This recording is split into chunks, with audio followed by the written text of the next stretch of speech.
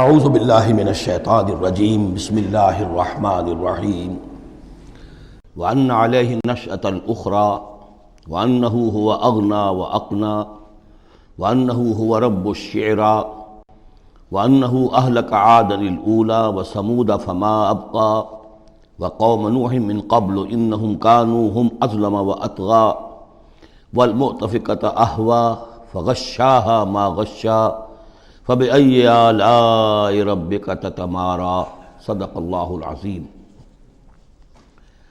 اور یہ کہ اللہ ہی کے ذمے ہے دوبارہ اٹھا دینا، اور یہ کہ اسی نے دولت دی، اسی نے خزانہ دیا، لیکن اس کے ایک معنی یہ بھی ہے کہ اسی نے جس کو بھی فقر آتا ہے اسی کی طرف سے آتا ہے۔ اغنا اقنا، اقنا چونکہ یہ باب افعال ہے تو اس میں سلب ماخذ کا ایک مفہوم بھی ہوتا ہے۔ وَأَنَّهُ هُوَ رَبُّ الشِّعْرَىٰ، وہ ستارہ جس کی کہ عام طور پر پرستش کی جاتی تھی، یہ کہ اس کا رب بھی وہی ہے۔ وَأَنَّهُ أَهْلَكَ عَادًا الْأُولَىٰ، اور یہ کہ اسی نے ہلاک کیا تھا پہلے عاد کو۔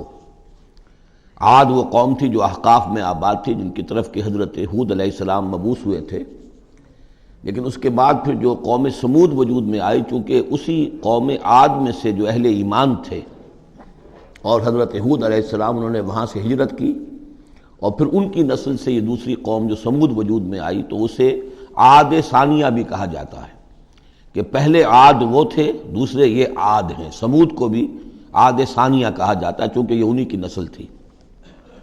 تو انہ اہلک عاد الاولیٰ، اسی نے ہلاک کیا تھا پہلے عاد کو۔ وثمود فابقیٰ، اور عاد ثانیہ یعنی سمود کو بھی تو پھر کسی کو باقی نہ چھوڑا۔ وقوم نوح من قبل، اور ہلاک کیا تھا اس نے نوح کی قوم کو اس سے پہلے۔ انہم کانوا ہم اظلم واطغیٰ، یقیناً وہ تو ان سے بھی بڑھ کر ظالم اور ان سے بھی بڑھ کر سرکش تھے۔ والمؤتفکۃ اہویٰ، اور وہ بستی کہ جسے اس نے پلٹ دیا تھا، الٹی ہوئی بستی کو اس نے پٹخ دیا، اس سے مراد ہے سدوم اور عمورہ کی بستیاں۔ فغشاها ما غشا، اور پھر اس کو ڈھانپ لیا جس چیز نے کہ ڈھانپ لیا۔ جب اس کے اوپر ایک دفعہ تو وہ زلزلہ آیا اور تلپٹ کر دیا، اور پھر اس پر کنکروں کی بارش ہوئی تھی۔ فغشاها ما غشا، تو وہ کنکروں کی بارش نے پھر ان کو ڈھانپ دیا۔ فبأي آلاء ربك تتمارى، تو تم اپنے رب کی کون کون سی قدرتوں کے بارے میں تم اسے جھٹلاؤ گے یا ان کے بارے میں شک کرو گے۔ ھذا نذیر من النذر الاولیٰ، ھذا یہ یعنی محمد صلی اللہ علیہ وسلم یہ بھی ایک خبردار کرنے والے ہیں، جیسے کہ اور بہت سے خبردار کرنے والے پہلے آ چکے ہیں۔ من النذر الاولیٰ، پہلے کے، نذیر کی جمع نذر۔ ازفت الازفہ، آ چکی ہے قریب وہ آنے والی۔ لیس لہا من دون اللہ کاشفہ، اور نہیں ہے کوئی اس کو کھول دینے والا اللہ کے سوا۔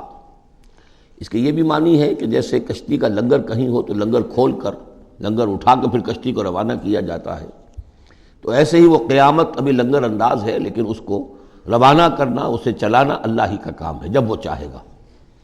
اور یہ بھی ہے کہ اس کا علم جو ہے کہ کھول کر دکھا دیا جائے کہ وہ کب آئے گی، یہ بھی صرف اللہ کے پاس ہے، اس کے سوا کوئی نہیں ہے کہ جو بتا سکے کب آئے گی۔ افمن ھذا الحدیث تعجبون، تو کیا تم کو اس بات سے تعجب ہو رہا ہے؟ ھذا الحدیث، اس قرآن ہی کے بارے میں کہا جا رہا ہے۔ وَتَضْحَكُونَ وَلَا تَبْكُونَ، اور تم ہنستے ہو اور روتے نہیں ہو۔ وَأَنْتُمْ صَامِدُونَ، اور تم خوش فیلیاں کر رہے ہو، خوش گپیوں میں لگے ہوئے ہو۔ فَاسْجُدُوا لِلَّهِ وَاعْبُدُوا، بس سجدہ کرو اللہ کے لیے اور اسی کی بندگی کرو، اسی کی پرستش کرو۔ اس سورہ مبارکہ میں جو زور خطابت ہے، جیسا کہ میں نے پہلے عرض کیا کہ ہم لوگ اس کا صحیح اندازہ نہیں کر سکتے۔ یہ جو عربوں کا ایک ذوق تھا، بڑے بڑے خطیب ان کے ہاں ہوتے تھے۔ خود حضور نے فرمایا ہے کہ ان من الشعر لحکمۃ وان من البیان لسحرا، بہت سے شعر ایسے ہوتے ہیں کہ جو حکمت پر مبنی ہوتے ہیں، حکمت کے خزانے، اور بہت سے بیان، بہت سے خطبے، بہت سی تقاریر ایسی ہوتی ہیں کہ جن میں جادو کا اثر ہوتا ہے۔ تو اس خطبے کے اندر جو خطابت کا جوش ہے، جیسا کہ میں نے عرض کیا، اب ظاہر بات ہے کہ وہ عرب اور خاص طور پر جو کہ پوری فصاحت اور بلاغت سے واقف ہوں وہ سمجھتے ہیں۔ لہذا اس کے بارے میں جو رائے آتی ہے وہ یہ ہے کہ آپ نے جس مجمع میں کھڑے ہو کر یہ سورت سنائی تو پورا کا پورا مجمع جو ہے دب بخود رہا، اور وہ ساکت و صامت ہو کر اس کو سنتے رہے۔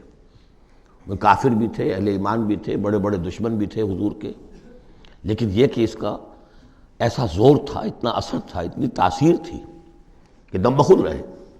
اور آخر میں جب حضور نے یہ آیت پڑھی تو سب کے سب سجدے میں گر گئے۔ البتہ بعد میں پھر انہوں نے بات بنا لی ایک، اور وہ واقعہ ہے تلقا غرانیق العلا کا۔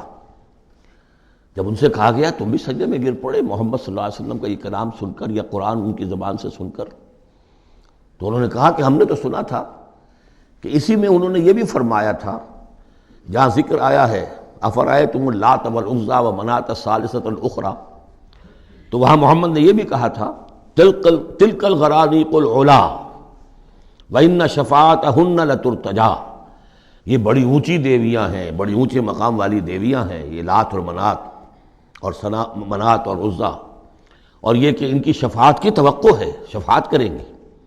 تو ہم نے چونکہ یہ آیت بھی سنی تھی، یہ بھی سنا تھا ان کے زمان سے، لہذا ہم نے سمجھا کہ بس اب جھگڑا ختم ہو گیا، اور محمد نے بھی ہماری دیویوں کو کسی درجے میں مان لیا، جھگڑا تو یہی تھا، لہذا ہم بھی ان کے ساتھ سجدے میں گر گئے۔